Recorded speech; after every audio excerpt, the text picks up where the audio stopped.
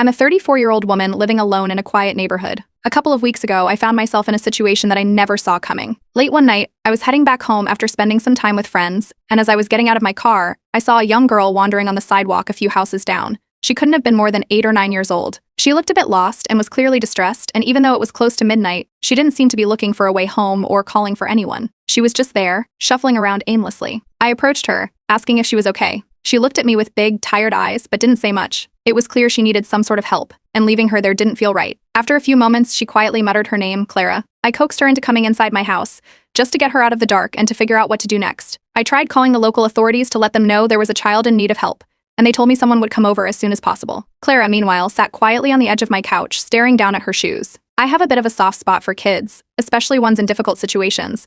I volunteered in foster care programs before and even helped out at youth centers. Something about Clara's silence just struck me deeply. I couldn't help but feel for her. But as I waited, hours passed and no one showed up to take her. I made a few more calls but was told that, due to some staffing shortages and a high number of active cases, it might be a couple of days before they could send someone over or make arrangements for her placement. They didn't seem to have any record of her or know of any family to contact immediately. So it turned into a temporary arrangement. I set up a small bed for her in the guest room and explained that this was just for a few days until things got sorted out. Clara seemed shy but obedient, listening and nodding without much reaction. But as the days went by, Clara started to warm up a bit. She'd follow me around the house, occasionally asking me questions about my day or what I did for work. Then one morning, she slipped and called me Mom. It was unexpected, and while part of me thought it was sweet, I also felt a little uncomfortable with it. I reminded her that I was just helping her out temporarily, but it didn't seem to register. Days turned into nearly a week, and there was still no word from social services. I was calling almost every day, and each time I was met with vague reassurances about a complicated case and that they were doing their best. Meanwhile, Clara was getting more comfortable in my home. She had started asking if she could help with chores, and I noticed she'd taken to drawing little pictures, usually of the two of us together. I was trying to maintain some boundaries. I made sure she understood that I was not her family, just someone helping out until the authorities could figure things out. But her attachment was growing,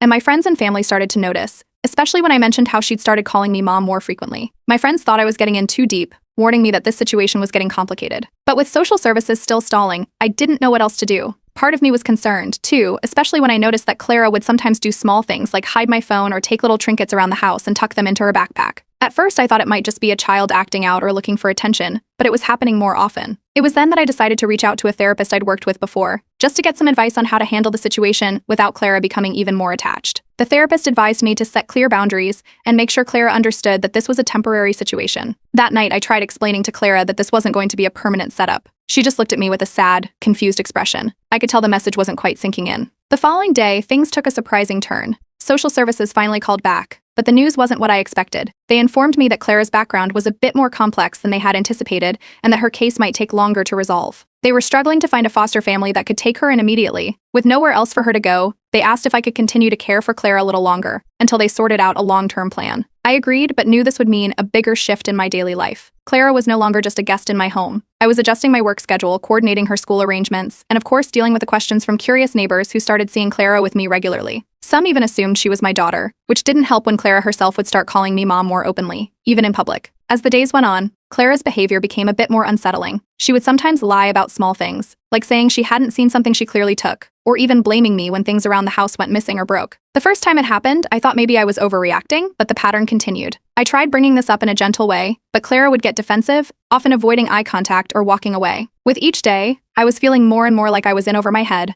I just wanted to help Clara until she had a stable place to go, but it was clear this arrangement was quickly becoming more than I had bargained for. Update 1. After social services told me they needed more time, I decided it was crucial to set boundaries with Clara. So one evening, I tried to sit her down and explain things as clearly as I could. I told her that I was just helping her out temporarily and that eventually she'd be moving in with a family who could care for her long term. She just stared back, quiet and unblinking. Her face scrunched up a bit, and she mumbled something I couldn't quite catch before getting up and going to her room. It didn't feel like the message had really gotten through to her. The next few mornings were different. Clara had settled into a habit of expecting me to help her get ready for school, making her breakfast, and even walking her to the bus stop. She started asking for her meals at specific times, and if I ran even a few minutes late, she'd wait, tapping her foot and watching the clock. It was like she had decided I was her full-time caretaker. I tried suggesting that she could get ready on her own, but it was clear she wasn't listening. Then I started getting calls from her school. They wanted to talk about some things Clara had been saying, which, according to them, raised concerns. Apparently, she'd been telling her classmates and teachers that I was her mother. Not only that, but she'd made it sound like we'd been living together for years. When the school counselor called, she sounded confused, asking if there had been a recent adoption or something.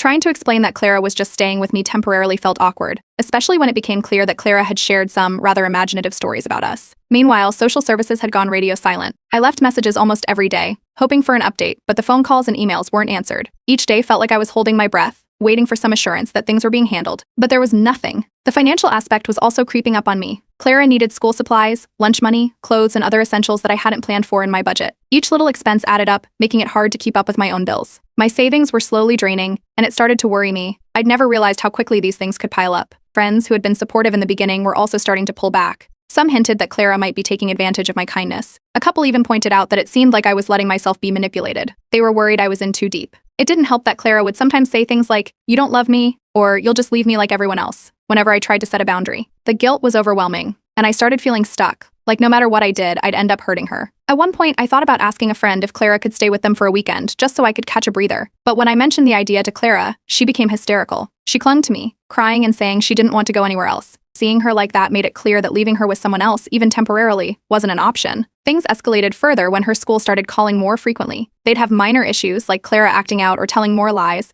and every call meant more time away from work. My job was starting to notice, and my manager pulled me aside, mentioning that my performance had slipped and that I needed to be more focused. I could tell I was on thin ice. I spoke to my therapist again, and she warned me that this attachment might not be healthy. She suggested that Clara could be clinging to me for stability, seeking out any sense of family she could find. I needed to take steps to separate myself emotionally, she said, but it was easier said than done. I'd grown attached too. At this point, I reached out to family members, hoping they might be able to help, or at least offer some advice.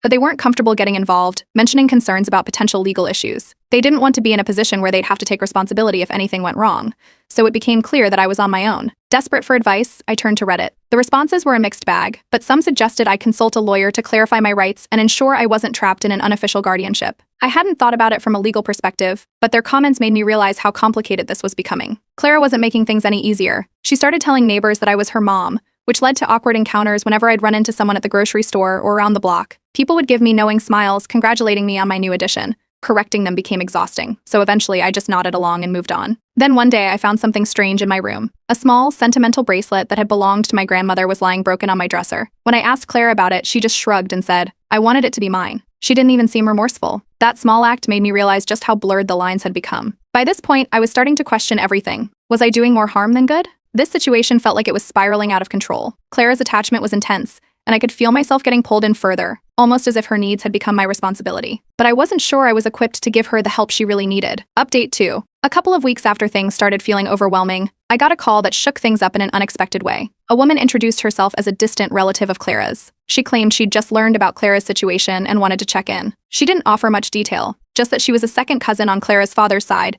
and had only recently found out about her being in foster care. But rather than sounding eager to help, her voice was hesitant. After we spoke a bit more, it became clear that she wasn't likely to offer any real support. She danced around questions, asked for more information about Clara's behavior, and then bluntly admitted she wasn't in a position to take her in, citing complications in her own family. Shortly after that call, social services finally contacted me again, though it wasn't exactly helpful. They apologized for the delay and mentioned that they were trying to manage a backlog of cases. However, they didn't have any news on a foster placement for Clara. They encouraged me to hold tight and assured me they'd contact me soon. I wasn't sure what to make of it since soon had already stretched out far beyond what I'd expected. After the relative and social services left me in limbo, Clara's behavior took a noticeable turn. She started testing limits I hadn't even known were there. One evening, I found her in my bedroom, going through my things. She looked up, completely unbothered, and said, "I deserve to know everything about you." It was as if she thought she was entitled to every part of my life. I asked her to stay out of my room, but the way she brushed me off made me realize this boundary would be tough to enforce. At my next therapy session, I shared what had been happening. My therapist became concerned, warning me that the attachment issues seemed to be escalating. She strongly suggested I start distancing myself emotionally, otherwise it would only encourage Clara to push boundaries even further. The warning seemed almost prophetic because soon after, Clara started having frequent emotional outbursts. She would cry and scream, saying she didn't want to be abandoned. The breakdowns happened more often, and they usually ended with her clinging to me, refusing to let go. Not long after that, I got a call from her school counselor. Clara had been telling the staff that I was planning to abandon her, spinning stories of her past that painted her as a constantly rejected child. The counselor was concerned, hinting that I might need to give Clara more emotional support, but all I could think was that I was already at my limit. It was clear she was finding ways to increase her hold on me, whether at home or through what she shared at school. Realizing that this was going far beyond what I could handle alone, I decided to consult a lawyer. I wanted to understand what my rights were since Clara's behavior suggested she wasn't ready, or even willing, to leave. The lawyer was straightforward, explaining that without an official guardianship, I wasn't legally bound to Clara, but without intervention, there was a risk I'd end up responsible for her by default. He suggested getting in touch with social services again to push for an immediate placement. The situation took a turn for the worse when I took Clara with me to a local store to pick up a few things. Out of nowhere, she threw herself onto the floor, clutching my leg and calling me mom, loudly begging me not to leave her behind. People started staring, and one woman nearby shook her head in disapproval, muttering about neglect. I tried to calm Clara down, but she refused to let go, creating a scene that lasted until we left. It felt like everyone in that store was judging me, assuming the worst. It didn't help that my neighbors were also starting to chime in. Apparently, word had gotten around, and some neighbors had decided that I was failing Clara emotionally. I'd even overheard a couple of them discussing how a child doesn't act like that for no reason. They couldn't know how many times I'd tried setting boundaries,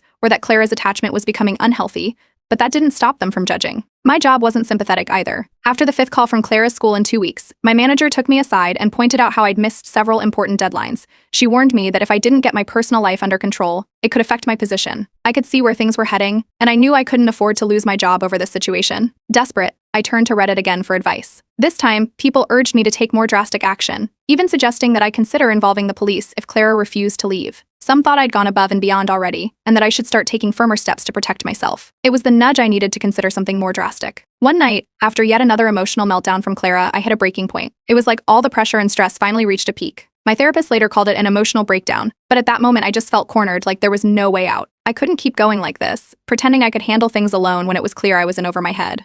At my next session, my therapist warned me one last time. If I didn't make a decisive change, this attachment could end up causing even more harm to Clara than letting her go. She urged me to take concrete steps to push for a foster placement, for both Clara's well-being and my own. It was after that talk that I decided I had to call social services again and push harder this time. I knew Clara wouldn't understand, and I braced myself for the inevitable fallout, but I also knew I was at my breaking point. I couldn't keep living like this, waiting for the situation to fix itself while both of our lives became even more entangled. Update 3. After making countless calls to social services, I was finally connected with a family interested in fostering Clara. They were experienced and had fostered other children before, so they felt confident they could manage her needs. Arrangements were made for Clara to meet them at their home one Saturday afternoon. I took her over, hoping this transition would give her the support she needed, but things didn't go as planned. As soon as we arrived, Clara's behavior changed. She turned quiet, watching the foster parents with a cold, distant stare, refusing to respond to their questions or engage at all. The foster parents were patient, trying different ways to get through to her, but Clara wouldn't budge. When they offered her snacks and suggested showing her around their house, she crossed her arms, muttered a barely audible no, and kept staring at the floor. After an uncomfortable hour, I drove her back, feeling frustrated but also uncertain about what this meant for her future placement. Later that night, Clara told me she didn't want to live with strangers. She didn't want another mom. She wanted to stay with me, and when I reminded her that I wasn't her family, she got quiet. The next morning, things escalated.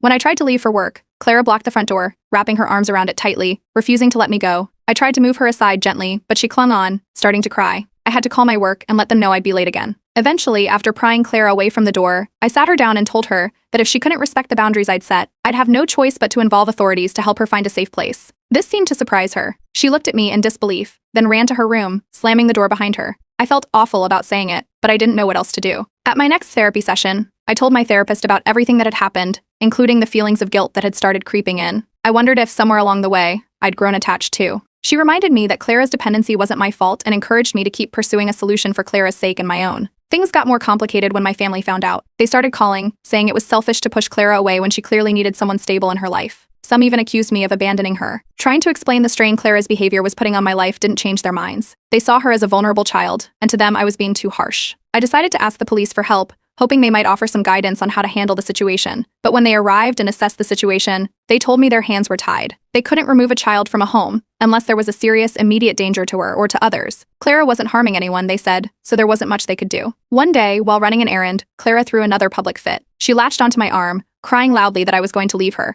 People around us stared, some with pity, others with judgment. I could see the concerned glances and hear the murmurs. A few people even came up, asking if everything was all right. All I could do was try to calm her down enough to get us out of there, feeling like the whole world was watching and misinterpreting the situation. Work wasn't any easier. My boss had noticed the ongoing disruptions and was clearly losing patience. She asked me to figure out a solution fast, as my performance had slipped too far already. I knew my job was at risk, and the added stress only deepened my frustration. Just when things seemed impossible, our story somehow reached the local news. They called, wanting an interview. I didn't even know how they'd heard about it, but they seemed eager to cover the story, asking questions about my experience as an unofficial foster parent. Suddenly, Claire and I were the subject of local gossip, with people speculating about what was really going on. I started getting mixed reactions online as well, especially on Reddit. Some people empathized, while others accused me of being irresponsible for allowing things to get this far. After the first failed placement, social services eventually found another family willing to take Clara in. This family was aware of Clara's history and seemed willing to work through the challenges, though they admitted they were a bit nervous. We arranged for another meeting, and I spent a lot of time explaining to Clara why this family would be a good fit for her. The night before she was supposed to leave, I tried talking to her about the transition. Clara's reaction was immediate, her face twisted with anger, and she stomped off, slamming doors and refusing to speak. Her silence was unsettling, but I knew that I couldn't let her attachment keep her here forever. The next day, the new foster family arrived, and I watched as Clara reluctantly gathered her things. She kept her eyes on the floor, ignoring everyone around her. As she walked out, she paused at the door, looking back at me with a mixture of hurt and betrayal. I tried to offer her a comforting smile, but she quickly turned away, refusing to look back as she got into their car. The house felt eerily empty once she was gone. It was strange, feeling both relieved and guilty at the same time. I had spent weeks trying to help her, adjusting my entire life to accommodate her, but now that she was gone, I couldn't shake the feeling that I'd somehow let her down. I kept replaying the last look she'd given me, wondering if I'd made the right choice. As the days passed,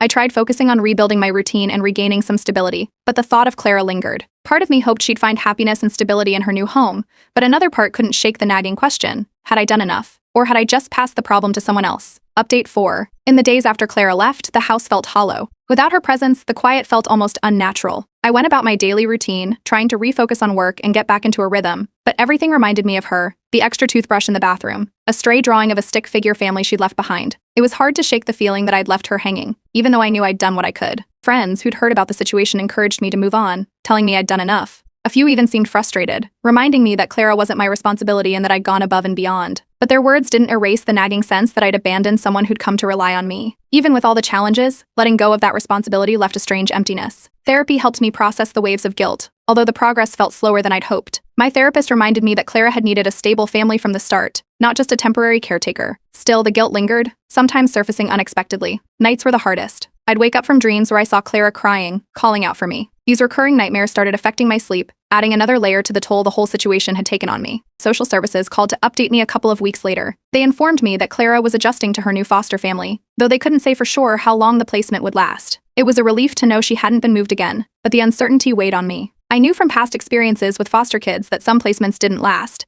and the idea of Clara bouncing from home to home tugged at me, reopening the wounds I was trying to close. Meanwhile, word of Clara's departure seemed to spread around the neighborhood. I started noticing sidelong glances from neighbors, along with whispers and awkward encounters. Some people seemed to view me as cold-hearted, and a few even avoided me outright, likely imagining that I'd cast out a child in need. The judgment was subtle but persistent. A couple of neighbors even made offhand comments, mentioning Clara in a way that made me feel like I was being scrutinized. They didn't understand the full story, and explaining myself felt impossible. Around this time, I found some relief online, where I could anonymously share my experiences without judgment. On Reddit, people reached out with empathy, telling me I'd done what I could. Some even shared similar stories of attachment issues with foster children, letting me know I wasn't alone. The community there helped me see the situation from a different angle, offering support that I couldn't find in my own life. Despite everything, my work life slowly started to stabilize. With fewer distractions, I was able to get back into the swing of things. My boss seemed pleased that my performance was improving, though the whole experience had left its mark. I couldn't completely shake the feeling that I'd left something unresolved, and that lingering guilt sometimes crept into my focus, especially during quieter moments at work. Then, unexpectedly, I ran into Clara one afternoon at a local event. She was there with her foster family, holding onto the hand of a woman who seemed kind and gentle. Clara looked different, a bit more grown up, and there was a calmness about her that I hadn't seen before. She glanced over and recognized me, but her expression was distant. There was no sign of the fierce attachment she once had. Instead, she looked at me like a familiar face from a past life, nodding politely before looking away. That brief encounter brought up a flood of mixed emotions. Part of me felt relief seeing her doing well, while another part ached with memories of the time we'd shared. I couldn't help but wonder if I'd left any lasting impact, or if I was just a temporary figure in her life who'd come and gone.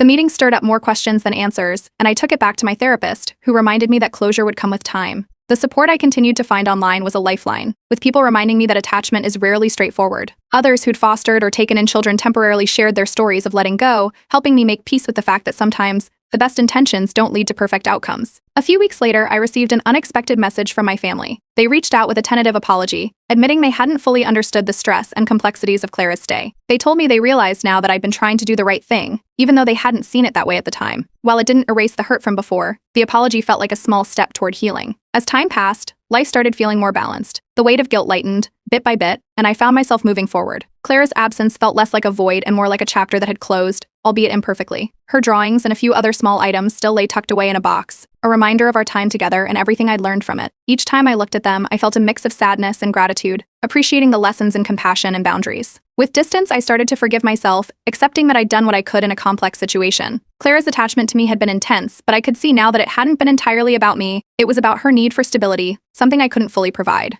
The memories lingered, but instead of haunting me, they began to serve as a reminder of the value in helping, even when the outcome isn't what you hope for. In the end, I realized that even though things hadn't worked out as I'd wanted, my intentions had always been to help. That gave me a sense of closure, knowing that while the journey had been difficult, it had also brought me a deeper understanding of what it means to give, to let go, and to forgive both others and myself. Update 5. Months after Clara left, I thought the chapter had fully closed. But one morning, I received a small envelope in the mail. It was from social services, and inside was a short letter from Clara. She'd written, in large, unsteady handwriting, that she missed me. It wasn't long or detailed, just a few sentences, but she mentioned how she thought about me often and hoped I was doing well. Reading those words took me by surprise. I hadn't expected to hear from her again, and the simplicity of her message stirred up emotions I'd thought I'd moved past. I took the letter to my therapist, hoping for some guidance on how to interpret it. She encouraged me to see it as a positive sign, a small but meaningful indicator that Clara was processing her experience and perhaps even finding a way to express her feelings healthfully. My therapist suggested that the letter might be a good step in Clara's journey, a way for her to work through the transition she'd gone through. It brought up the idea of replying, but part of me was cautious, not wanting to reopen old attachments. I knew I needed to handle this carefully, so I consulted a lawyer to understand the best way forward. He advised me that if I wanted to respond, I should do so through social services. They would be able to facilitate any exchanges,